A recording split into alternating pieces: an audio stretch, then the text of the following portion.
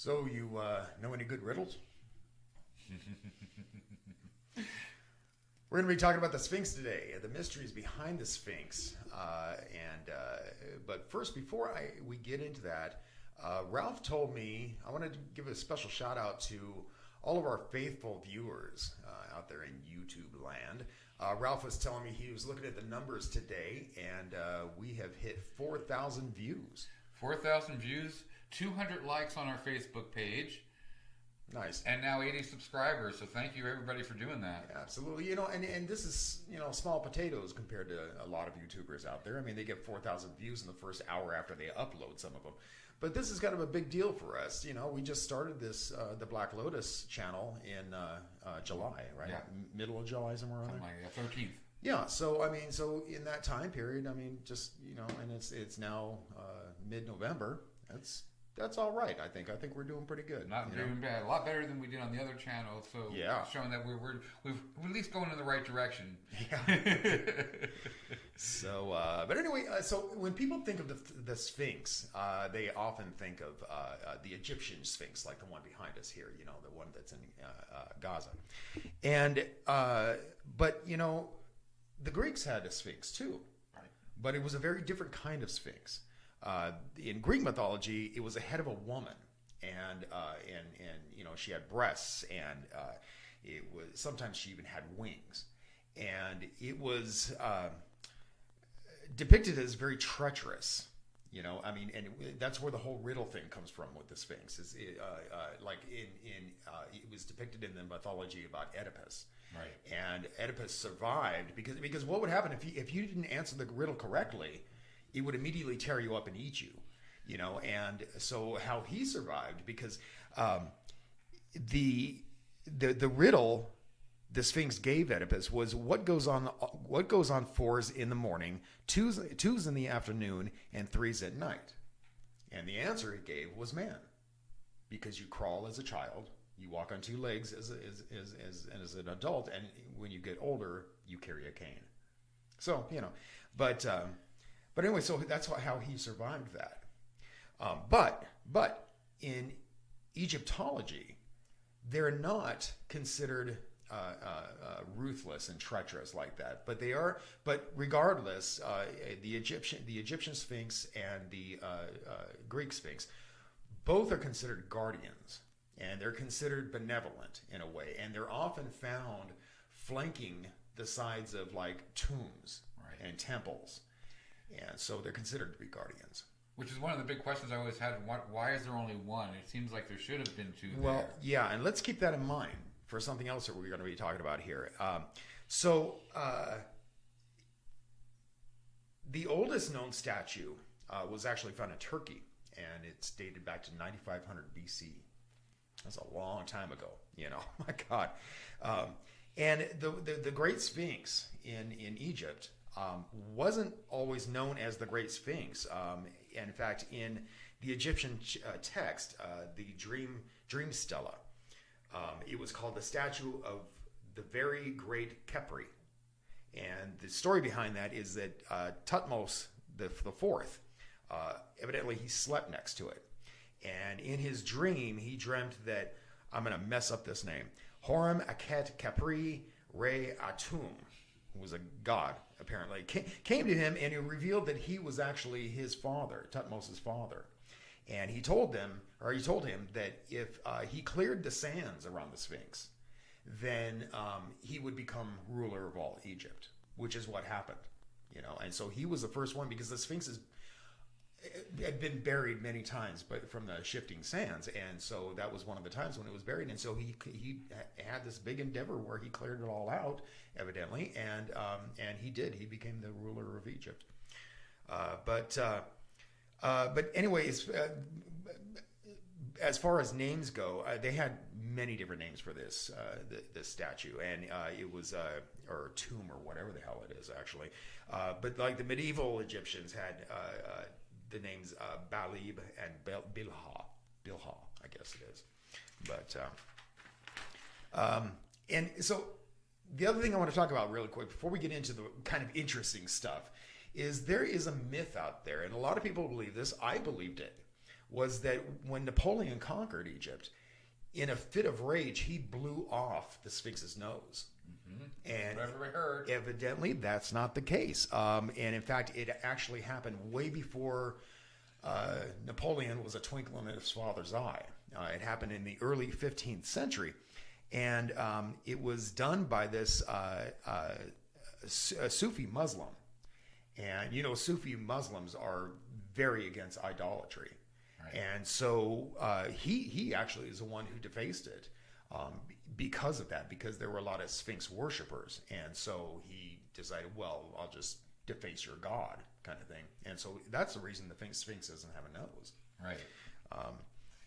But you said something interesting. What does the dates? We really don't even know the date of how old this thing is. No, we don't know how old the Sphinx is. Yeah, we know when that happened. Right. You know, but yeah, and nobody really knows when it was built or even what it looked like when it was built. Right. There's been so much reconstruction done to it and so many things renovating it and fixing it that they basically have done the whole thing now, and it's not original at all. Yeah, I think you were telling me that originally it's thought that originally it had the face of like Anubis. Right. There's a lot of times there's a lot of theories about it. If you look at the head, it almost looks too small for the body.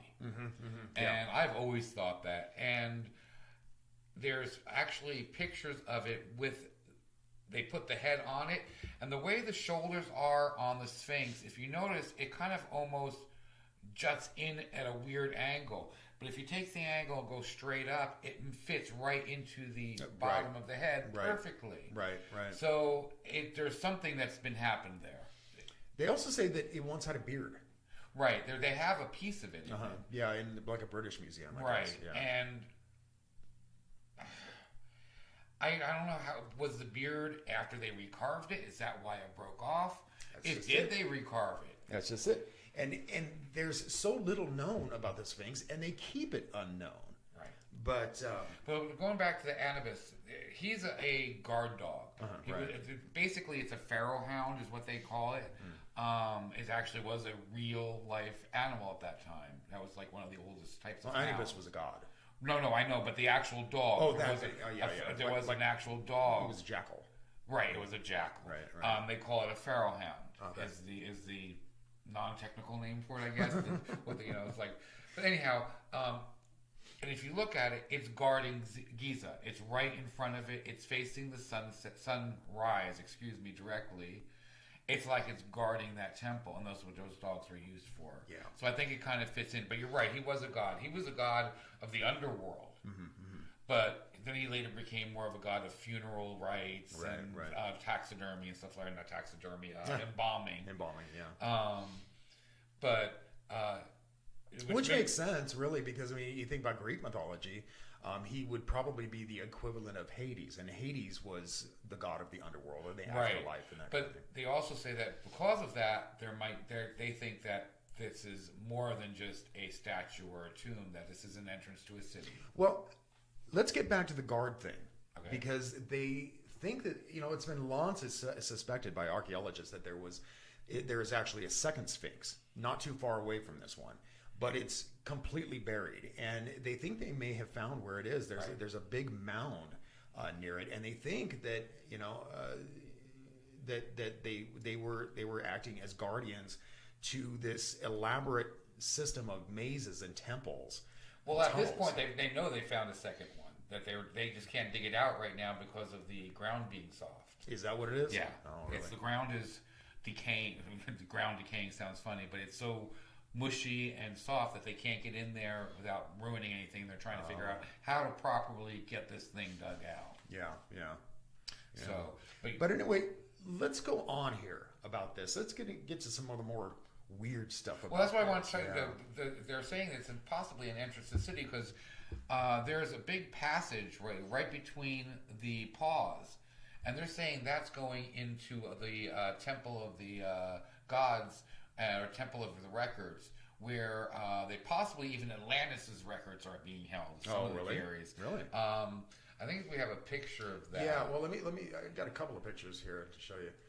This is the first one. That's the one, right? And if you see, the tunnel does go right between the paws right there. And so, and again, it's been long suspected that there were hidden chambers underneath it. Right. And did you tell me it was in 2000 when they finally allowed people to like do that X-ray thing? Right. Well, they did a sound thing in I think it was 1986, where they actually did sound waves, and they found many chambers. I think we have a picture of that also. Yeah. Let me pull that up here. Hang on a second.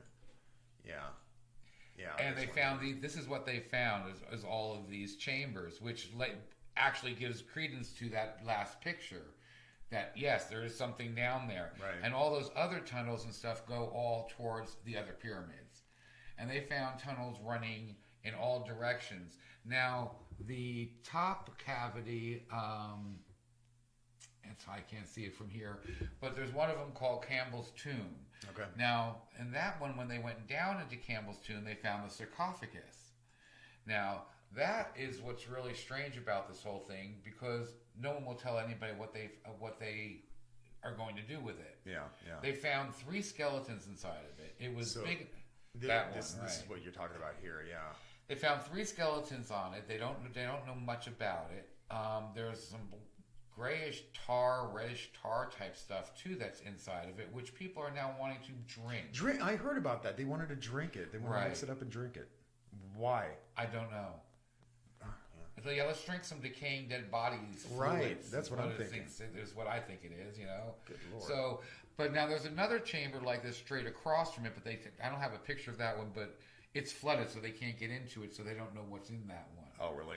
Yeah. Now, this is what's been released. What hasn't been released is there's actually been a lot more searching down there than we've been told. Well, right, and the head of the Egyptology department or whatever in Egypt, Zahi Hawass. Yeah, he was denying it for the longest time that there was anything, but we actually have photos of it. Right. You know? This is one of the chambers on your tunnels. Excuse me, on the right there, and that's him in the middle coming down. One of the cavities, I believe this is the one that's behind the actual back. If you look at where the tail attaches, there's like a couple of stones that are a little bit bigger, and you remove those, and it's actually an entrance into the Sphinx. Oh, okay. Now, the thing about all these pictures, so there's actually several of these of him down there, but they're all like this. They don't show anything. Right. There's been no information released of where these tunnels lead, what happens when you get to the chambers, what's in the chambers. There's been nothing.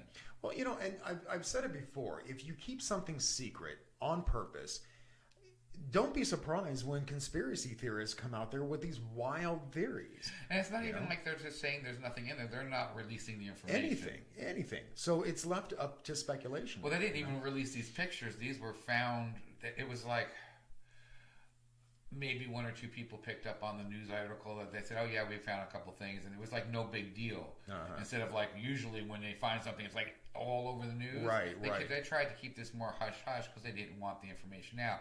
And shortly after those pictures were taken, steel bars were put over all the entrances to where they've been able to get into. Yeah. Go ahead. Oh, I was just going to say, we're talking about the different secret chambers and such. And one was apparently at one time it was in full view if you had an overhead shot of it. Right. There's like a hole in the head of the Sphinx. If you can see that in that smaller picture, you can see that there's definitely some sort of little crater there. Right. And then the other picture is where it's been covered up. Right, and then there's the picture where it's actually opened. There's actually a picture that's a little bit before that because, remember, the Sphinx was buried all the way up to the top at one point. And you actually can see a man coming out of the hole in this picture. It's like from 1925 of the Sphinx, where they think that's how they got into the burial chambers, if that's what they are down in there. Yeah. It's obviously something, but they're not sure what. Yeah.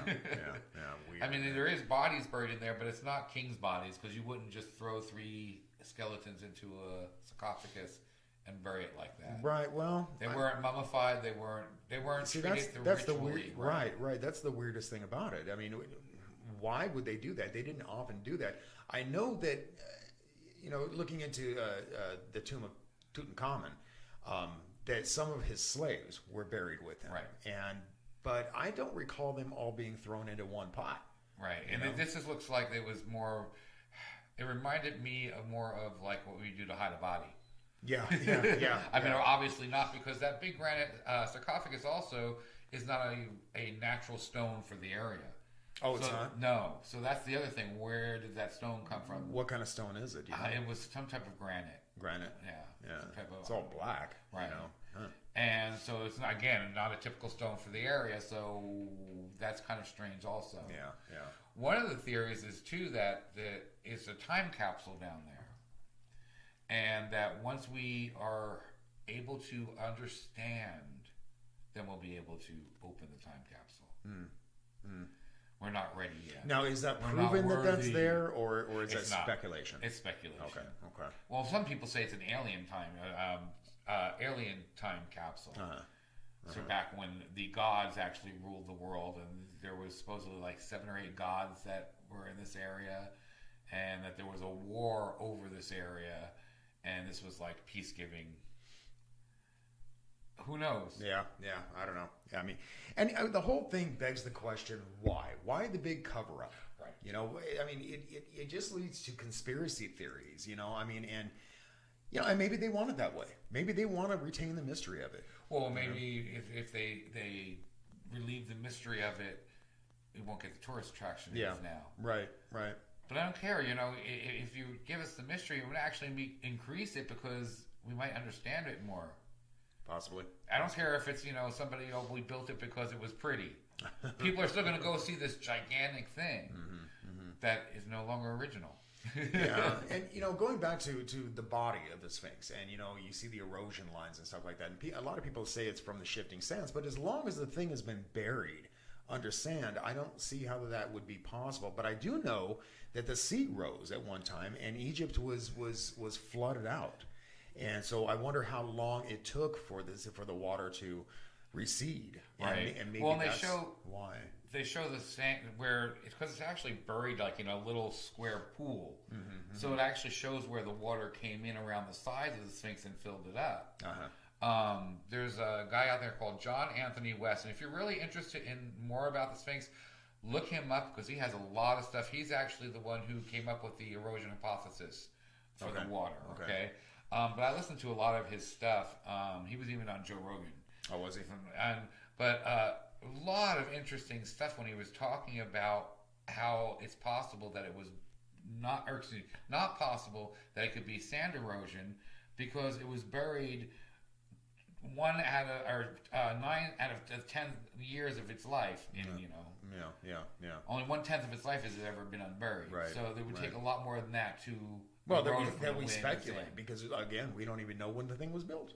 True. You know, so we don't know how old it is. I mean, and I don't understand. I mean, because they've worked on it so much, they've renovated it so much, every piece of the Sphinx is probably from a different era. Yeah, that was another interesting thing I found, too, was if you look at the maps of it, they actually was one that had a picture of all these points of, like, the legs are all these very thin bricks, and so they knew it was done during this certain time period, because that's the type of bricks they were using at that point. Okay. And then the materials of the bricks, the way they're laid, the grouting that was used, all was from different eras, and you could actually see all. So it's a hodgepodge at this point. Yeah. The only thing original is the head, and we're not even sure if that's original. Well, and I was reading also that evidently the construction of it originally was apparently abandoned, and abandoned in a hurry. They even found, apparently they found lunches from the slaves that were building it that were left uneaten, and which I find kind of suspect. How is it not degenerated over the years? How would they know that, right? Yeah. And I also found out that the people who worked on the Sphinx weren't treated like the slaves who built the pyramids. No, they've debunked that too.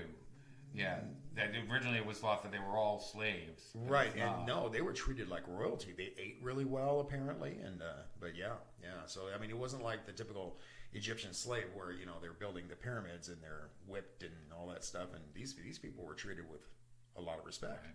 What's interesting too is if you look at a lot of the old photos, go look for the rare photos and the old photos, because this is not what it looked like. Especially like these little wings that it has at the bottom of the headdress. Those weren't even there. It was so eroded. Those were all eroded away. Those were rebuilt in. Really. So there's a lot of stuff like that makes you wonder. Speaking of that, I'll show a picture here. We have. It looks like a doorway to a chamber. But I wonder if it's actually a doorway or if they had planned on doing something there and then they just abandoned it. When I first look at it, it almost to me looks like when you're doing a model and you snap something on, because many people say that the head was added back on later. Okay. Because if you actually look at it, there's two different colors and there's a seam right across the neck. Okay. Where it looks like it could have been glued on. Well, yeah, right from the mouth. No, actually below that, and you can't see it right now in the actual neck area. There's underneath the chin. There's an area, but that is also been saying that it could be a switch. Now there is a kid who is what is it? Boroskia. His name. I can't remember. I don't remember. The Russian kid? Right. Now, this is a young Russian kid. He's been a genius since he was born. Right. I mean, he knows things about the stars and stuff that a kid his age shouldn't know. And the understanding of constellations and how things work that are making scientists rethink stuff and going, oh, he's right about this, that he shouldn't know all this stuff.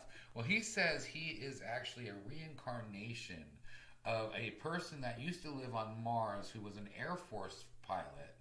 Well, that were equivalent of, and that actually Mars was flourishing at the point and then got destroyed. But he has said that we will know more about life and that type of stuff once we get and figure out how to get into the Sphinx and we open it up. He says that is a switch to open up the Sphinx. Really? Why hasn't somebody gone up there and pushed it or tried something? Yeah. But yeah, very interesting. I think we're gonna do a show on this kid. I shouldn't call him a kid because he was a kid when he was talking about all this stuff. But I mean, it's been years since. Right. Well, he's disappeared. Oh, he has. He's disappeared. Yeah, there wasn't a good story. That's why I said we should do a show on him. Oh wow, I didn't very know interesting. That. Yeah, he of course. But he would be in his 20s now, right? He'd probably mid 20s, 20s or 30s even possibly. So yeah. But he says it's a blocking stone. There's a secret room inside there, and it's possibly a switch. Yeah. But of course, he doesn't give us any more information. It's just that it's going to change the world. Yeah. Yeah. Well, who knows what kind of secrets are hidden in this thing, and especially with the head of the Egyptology department keeping everything hush hush. You know, I mean, so and again, it just begs for controversy. Well, that's the whole thing. You're the head of all this stuff. People want information. Give them some information. Yeah. You're just making it up. You're just making us want to go. Yeah, there's an alien time capsule under there. Mm-hmm. Right. Exactly. Anyway, but yeah, I found it's a very interesting subject. There's so much controversy over the tunnels too, about what they are. And what they're used for. And I mean, we have maps of them, but nobody will go in them and find out what's in there. Well, can they? Are they allowed? Well, that's just it. That's just it. Yeah. It's not that they won't; it's they can't. Yeah, I mean, they have some really strict rules, and with good reason, I think. You know, I mean, not anybody can get into the Great Pyramid. You know, into the tunnels, into there, into the chambers. You have to have a lot of special permission in order to do so, but they're not allowing anybody into the Sphinx. It's like at least let somebody go in there, take pictures, document it, whatever. Right. Absolutely. Well, I shouldn't say that. They have let somebody. They've let him go in there. He documented a bunch of stuff, but he's not releasing it. Well, yeah, but he's the one preventing people. You know, so it almost makes you think like Area 51. It's like people won't let you in there. Why? I wonder what's in there. Who knows what's in there that we don't know. You know, I mean, and there could be a wealth of information in there. You know, I mean, considering we don't know the age of the thing. Well, especially if the theory right that it's a hall of records inside. Just imagine the kind of knowledge that might be in there. Well, yeah, if we don't even know when these were built, and it is a hall of records, there's a plethora of information in there. And it could very well change the world, you know? I mean, or at least change history and change the way we think of it, you know? So, yeah. But interesting stuff. It really is. But anyway, anything else on this? we could go on for hours speculating, but see, that's all it is. It's only speculation. Yeah. But it is a pretty amazing mystery, actually, and I hope that we live to see some of this come to light. You know, I mean, because I'm very interested to learn more about this. Yeah, definitely. You know, but anyway, folks, we're gonna get out of here. So until next time, keep thinking and question everything.